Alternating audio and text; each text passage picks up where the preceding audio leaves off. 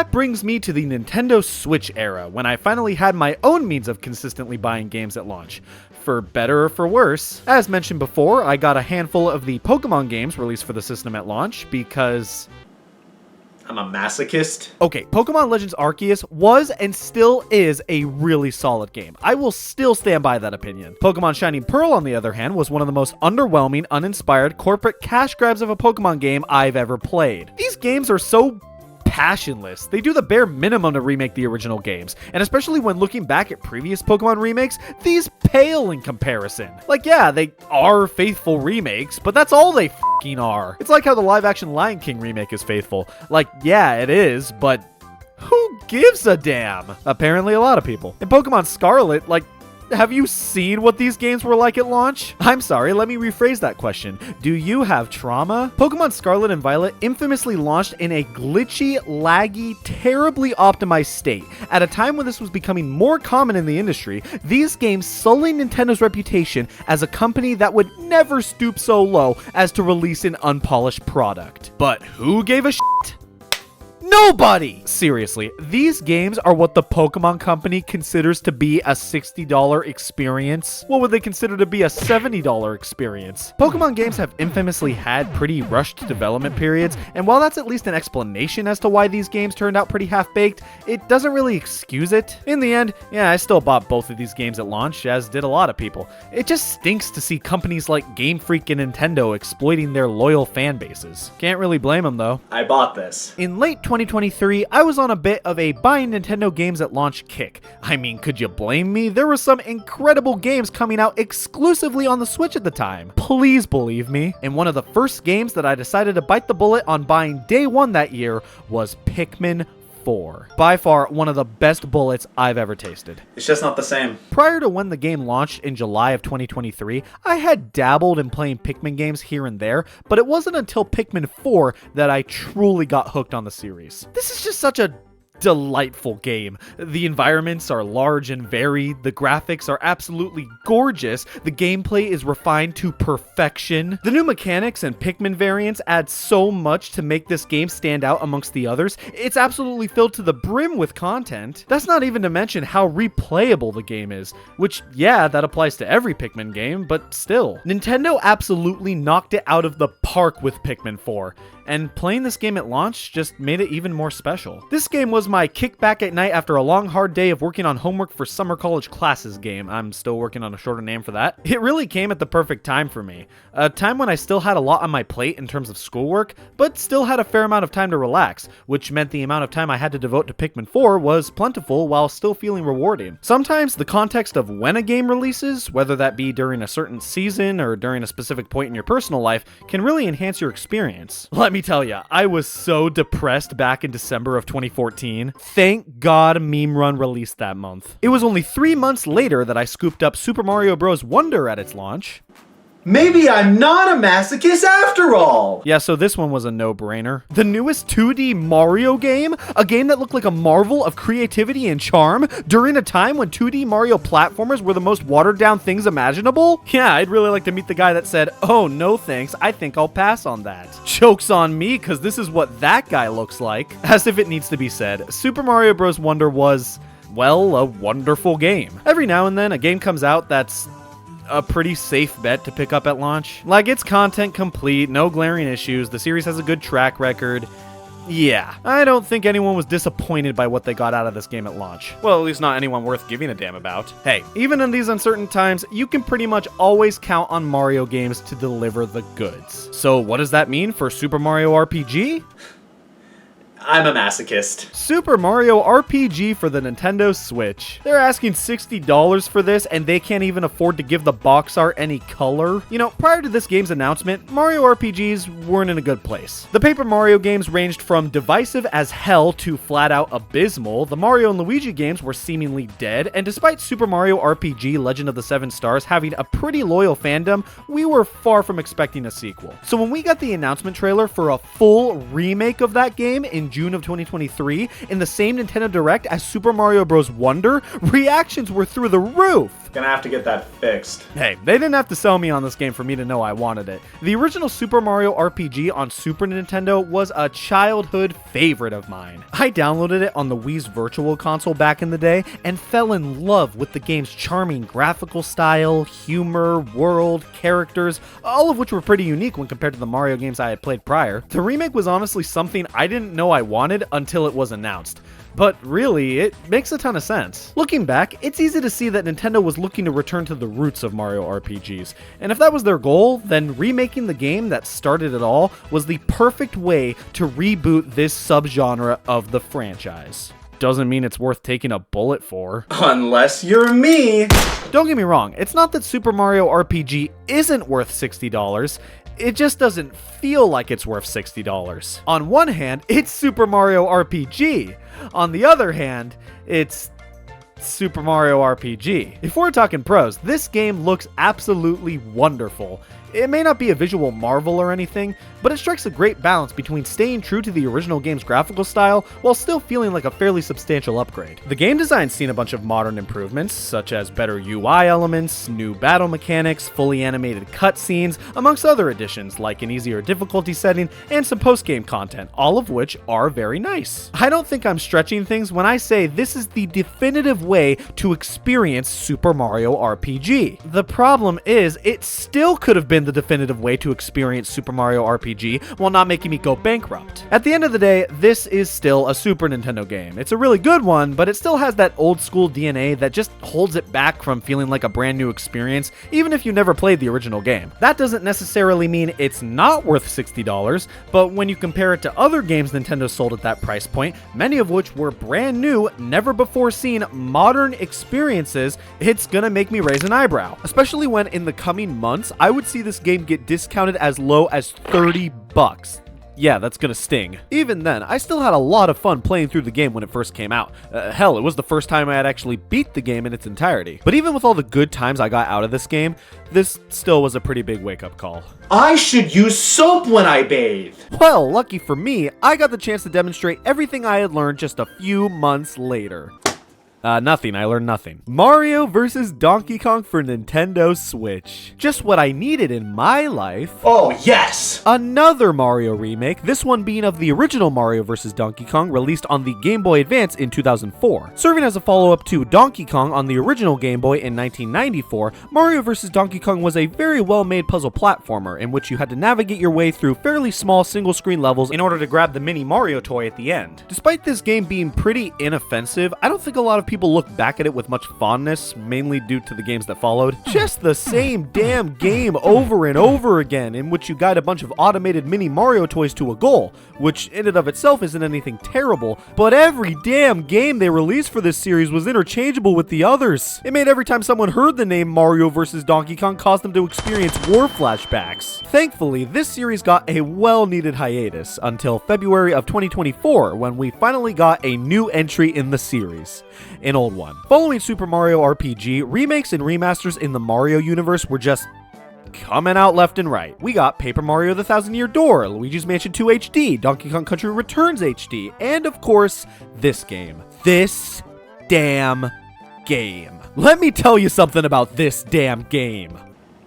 I kinda like this damn game. Alright, so Mario vs. Donkey Kong isn't anything to write home about, but I have a soft spot for it. At the time of this game's release, I was in the slums, man. I was up to my ears in schoolwork, I had a bunch of midterms coming up, and to top it all off, I had come down with a sickness. That sickness being buying every Nintendo game at launch. No, but in all seriousness, I was feeling pretty under the weather when this game came out and got delivered to my doorstep. And with all the stress I was going through, knowing I had a lot of work and exams I had to catch up on, this game was a shining beacon of joy. A game with which I could just sit down, turn my brain off, and I would finish that sentence, but like I said, I turn off my brain. And it's been off ever since! Yeah, just like I was saying with Pikmin 4, this game just came at the right time for me, man. Looking at it critically, it's good. This is a well-designed game. It was still a well-designed game on the Game Boy Advance, but hey, this version does improve things. The graphics, for one, are obviously better, as are a lot of the animations, music, and sound effects,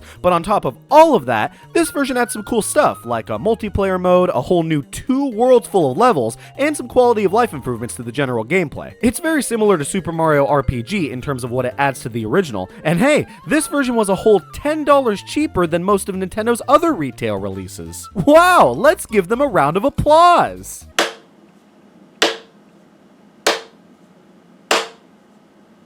Yeah, $50 for this game, I still don't think that's really worth it. It's hard, man, because this game is pretty damn flawless in the sense that it pretty much does exactly what it sets out to do. Like, yeah, the level design isn't anything crazy, neither is the general gameplay, neither is the soundtrack, neither is the length of the game, but like, that's okay? Do you really think they made this game with the goal of changing the world? This game is a perfectly acceptable package, and if you like puzzle platformers, I think it's a pretty good one. I guess it's a little too easy, maybe too short, a little too simplistic, but honestly, I feel like these are just nitpicks. Mario vs. Donkey Kong is a good game.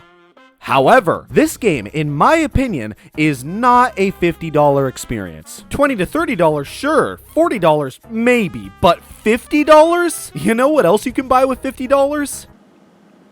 Damn. I just don't think this game offers enough for that price. And that's not even considering it's not even an original game. Whatever. At the end of the day, I still bought this game at launch. I know my place in history. So let's move on to a game I was a little more justified in getting at launch. Yeah, just a little. Animal Crossing New Horizons was the perfect game to come out at the time that it did. It's been said countless times before, but it's true. During a time when so many people had to stay inside, Animal Crossing New Horizons was a fantastic way to reconnect with your buds and pretend to go outside. And for me personally, I was already a fan of the Animal Crossing franchise. I was definitely interested in picking up the newest entry. Hell, this game was what made me get my own Switch in the first place. So yeah, of course I got this game at launch, alongside my friends back in March of 2020. Who wouldn't have? That tracks. Animal Crossing New Horizons was a great time. It may not be my favorite Animal Crossing game, but I'd be remiss to try to sit here and convince you or myself that I regret getting this game at launch. Now, as for The Legend of Zelda Tears of the Kingdom, I regret getting this game at launch. Alright, before you raise your torches and pitchforks at me, let me explain myself. The Zelda franchise and I have an interesting history. It's not that I dislike the series, far from it. I've tried a fair amount of Zelda games out and have loved a lot about them, but I haven't finished many of them, and honestly, most of the time, the games just haven't really clicked with me when I played them. And yes, that includes Breath of the Wild. Huh.